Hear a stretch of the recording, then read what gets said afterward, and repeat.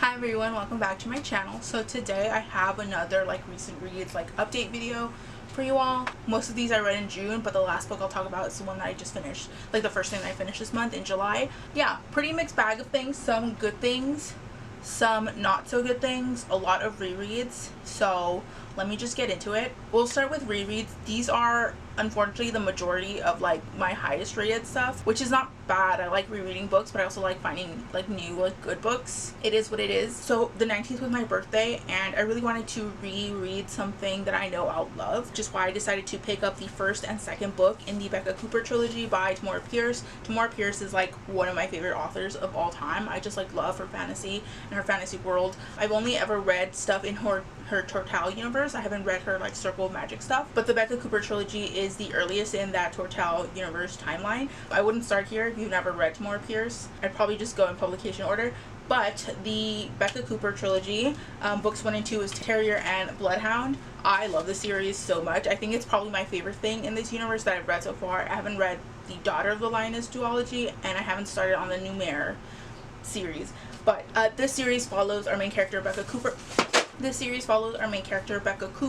the first book, she is starting off her training year as a city guard. They're also known as dogs, and this is her first year working, and she's from the poorest district in the capital city. And as she goes into this career, she knows she wants to stay within this district. She doesn't want to go on to a more fancier, wealthier district with more resources. She wants to stay in this this lower city is what it's called, and basically solve crime, maintain peace, that kind of thing. They're essentially police officers, but they're called guard. In this first book, we follow Becca Cooper as she is investigating these two different incidents where children are going missing in this district, and as well as adults are also going missing in this district. And it's not that no one cares, it's that there is very little resources, and the guard is kind of thinned out. She has a lot on her shoulders, and she puts a lot on her shoulders as well. And in the second book, Bloodhound, we follow Becca Cooper as she actually gets sent to another city, a port city called Port Kane, and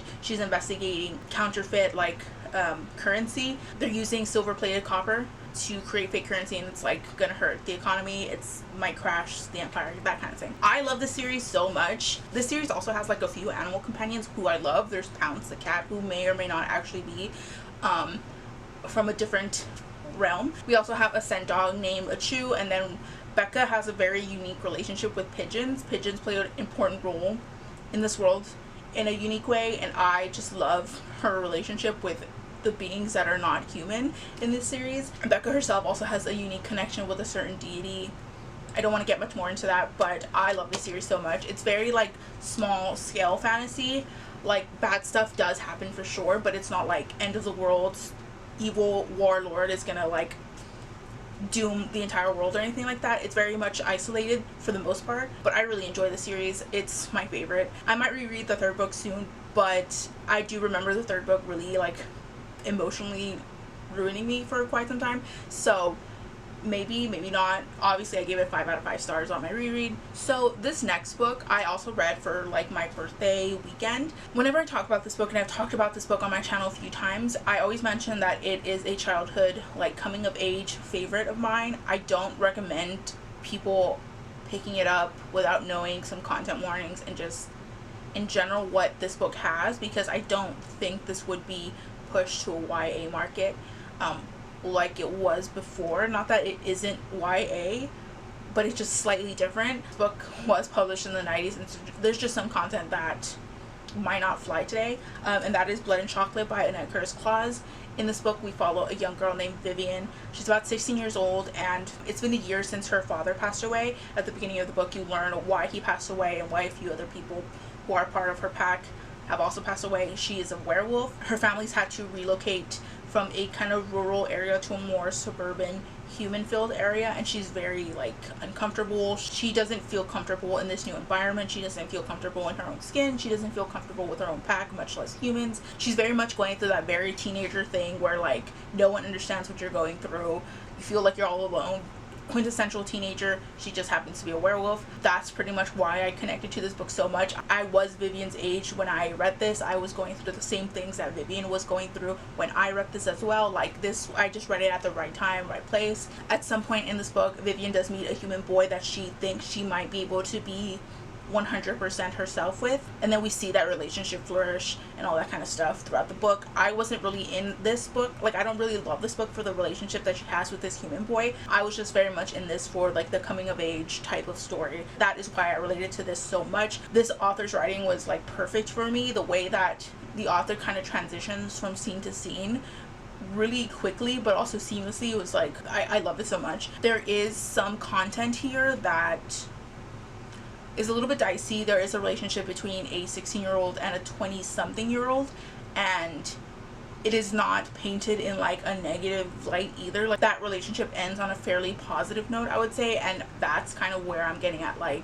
this might not be like super suitable. Again, I read this at the right time. I love this book enough for myself. I love this book enough for people who haven't read it, and I love this book enough for the people who hate it, and that's fine with me. So those are the rereads that I read. Let's start off with the books that I hadn't read before. These are new to me books. We'll start with like the lowest, and then we'll work our way to the highest, and then we'll like end the video.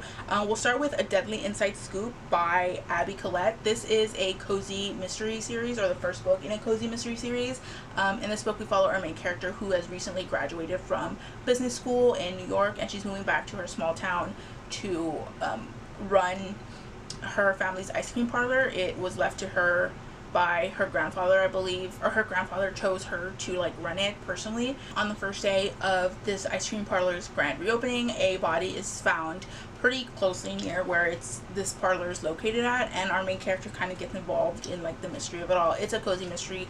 If you've like heard of one, you kind of know what they entail. I picked this up because I recently read Finley Donovan is Killing It by El Casimano, which is kind of cozy-ish, and I wanted to read more, thinking that maybe I'm like in the mood for like a cozy read. This book, however, was not it. I'd probably give it 2 stars. It was pretty bland and just like boring and mid. The only aspects of the book that I really enjoyed were like the ice cream parlor stuff, like our character like renovating, getting it together, like scooping ice cream, making ice cream, this family business that's been in the family for some time. Like all the ice cream stuff I loved. Also kind of funny because it's set during like the winter, and who eats ice cream during the winter? That is the aspect of the book that I loved. I've noticed that the reason why a main character in a cozy mystery gets involved in the mystery is really important to me. Like if your character is not a cop or a private investigator or an investigative journalist or whatever who has no actual obligation to investigate this mystery, it really affects how I feel about the book. Like if the book is about some random person who just gets involved into the mystery because they feel like they have to, I don't know, like I just don't vibe with the book so much. The reason why our main character gets involved in this mystery was okay, like it was fine, which also reflects how I feel about the book. Like it was okay, it was fine. I probably won't remember a majority of this book. So the next book I also read was Guilty Pleasures. This is the first book in the Anita Blake Vampire Hunter series by Laurell Hamilton. I've been wanting to pick up the series for some time because I've heard how fun it gets in some parts. I had to restart this one because I could not get really into it the first time. I was getting so lost, I wasn't like focusing, so I restarted it, and the reading experience got a little bit better now that I kind of understood some aspects of this world. In this book we follow Anita Blake, who is a vampire hunter. She's also a like animator or reanimator. She can like bring back beings from the dead for like information, to talk to people's loved ones, that kind of thing. And because of her unique skill set, she is also sometimes contracted out by the government to kill vampires if they need to. Vampires have recently like come out of the coffin, if you will, and made themselves public, and this takes place in St. Louis, I think, which is one of the first few places that recognizes the citizenship, I guess, of vampires. So it's kind of that kind of gray area. I guess the main plot of this particular book is that someone is killing vampires, which is not an easy thing to do, and so like the head vampire of the city, I forgot what the title was, asks or forces Anita to like take part in the mystery, and that's that is the plot of this book. This was also kind of mid, but as someone who has started a lot of urban fantasy series, the first book in a series in these types of series are kind of mid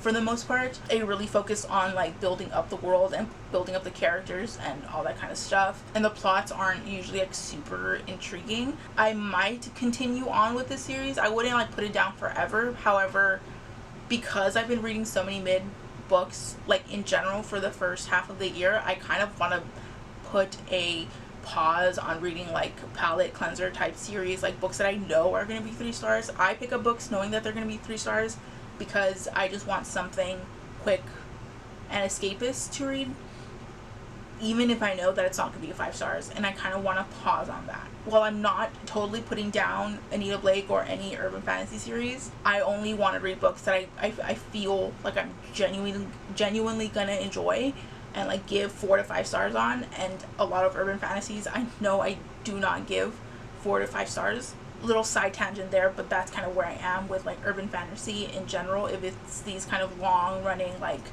Sookie Stackhouse, Anita Blake, Mercy Thompson type stuff. So the audiobook was like cool though, but I hate in audiobooks when a narrator does like a young child voice, and there's a character here who has a young child's voice, and I hate it when an adult does it. It sounds so whiny and like obviously it sounds childish, but it sounds kind of like childish in like a when an adult acts like a childish type of way.